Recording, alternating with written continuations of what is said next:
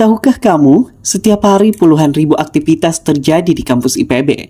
Dan dari kegiatan itu, ribuan sampah gelas plastik sekali pakai ikut dihasilkan. Praktis memang, tapi pernahkah kita berpikir kemana semua sampah itu pergi? Kalau kita perhatikan di sekitar kantin atau taman kampus, gelas plastik menumpuk di tong sampah. Kadang bahkan tercecer begitu saja.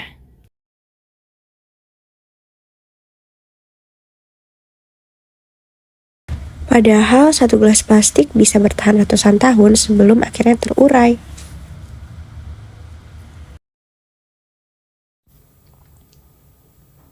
Penggunaan gelas plastik sekali pakai di kampus IPB masih sangat tinggi. Data dari Taman Semangat IPB menunjukkan 27% sampah harian kampus adalah plastik, setara dengan 870 kg dari total 3.200 kg sampah per hari.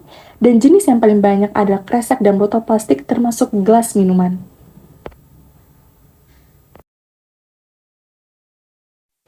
Permasalahannya bukan pada teknologi pengolahan, tapi pada kebiasaan.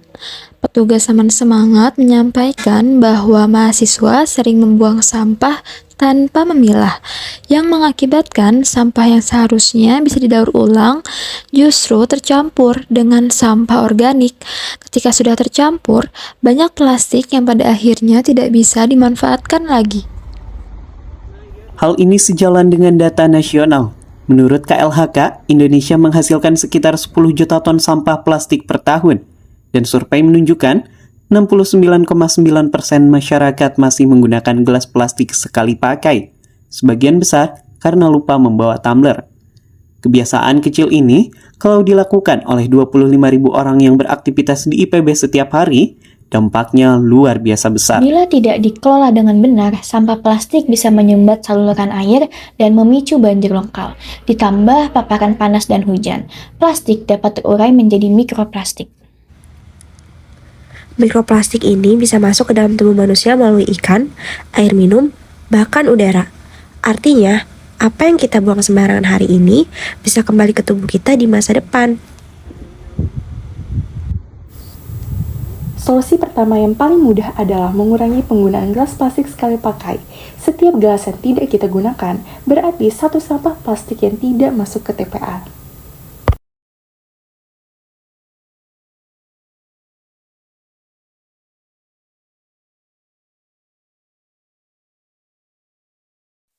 Kedua, biasakan membawa tumbler isi ulang untuk kebutuhan minum sehari-hari. Di IPB juga sudah tersedia drinking water station untuk mengisi ulang tumbler. Dan kebiasaan kecil ini sangat membantu untuk mengurangi timbunan sampah baru. Ketiga, lakukan pemilahan sampah. Petugas Taman Semangat IPB berkata, yang sulit itu bukan mengolah sampahnya, tapi memilahnya. Kalau sampah sudah dipilah, plastik bisa dengan mudah dikirim ke bank sampah atau diolah kembali.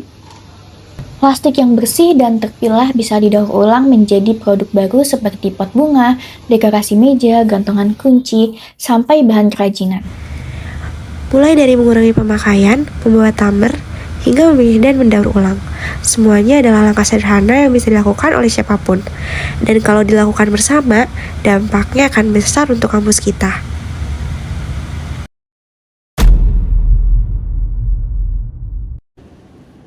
Mari kita saksikan video berikut. Video ini merupakan kegiatan siswa-siswi yang sedang mengumpulkan sampah-sampah gelas plastik yang menumpuk di area sekolah.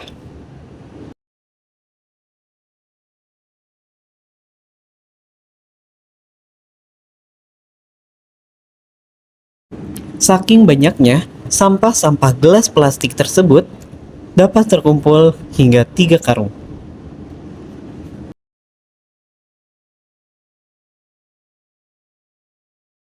Kemudian, sampah-sampah gelas plastik yang sudah terkumpul tersebut dilakukan proses sortir, yakni pembersihan, serta dipotong-potong menjadi beberapa bagian.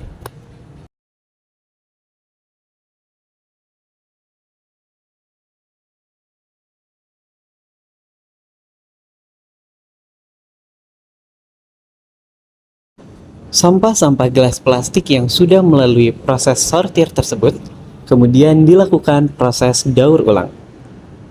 Teknik yang digunakan dalam proses daur ulang yakni menggunakan sistem anyaman.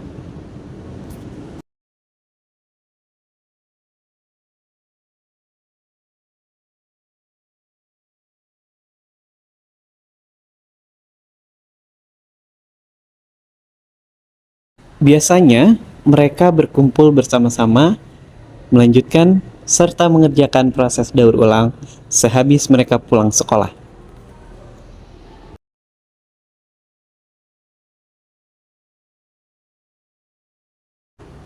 Dan inilah dia, beberapa hasil karya yang telah dihasilkan.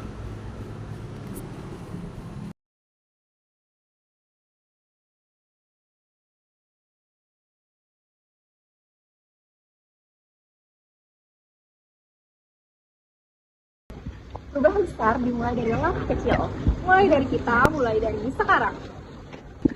Kurangi, gunakan kembali, dan kelola dengan bijak. Dari sampah menjadi karya.